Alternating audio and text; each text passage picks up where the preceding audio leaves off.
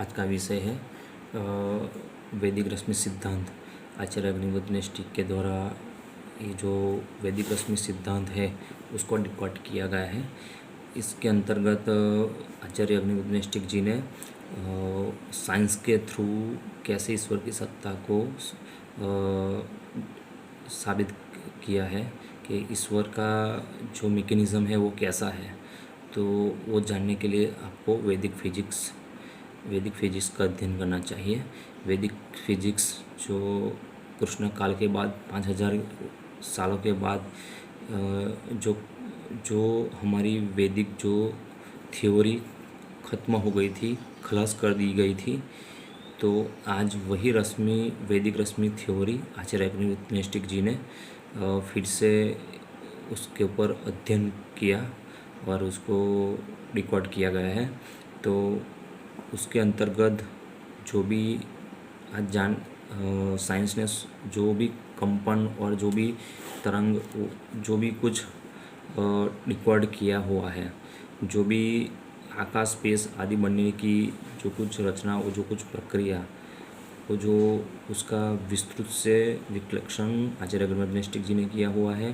तो आकाश कैसे बना, स्पेस, अणु, परमाणु, तरंग, यह सब जो कुछ ब्रह्मांड हम देख रहे हैं वो संपूर्ण मूल तत्व कैसे है, कैसे बना है, यह सब प्रक्रिया इस ग्रंथ के अंदर दी गई है।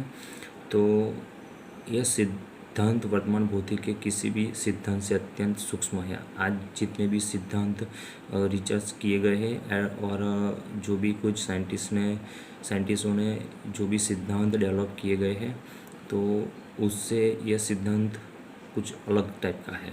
आचार्य अग्निहोत्री का जो सिद्धांत है कुछ अलग टाइप का है। उसमें कैसे अणु, परमाणु, कोई भी तरंग है वो कैसे ईश्वर के द्वारा ओम रश्मि के द्वारा वो प्रेरित होता है, कैसे कार्य करता है और कैसे कैसे उसका गुण डेवलप करके कैसे उसमें चेंज हो सकता है।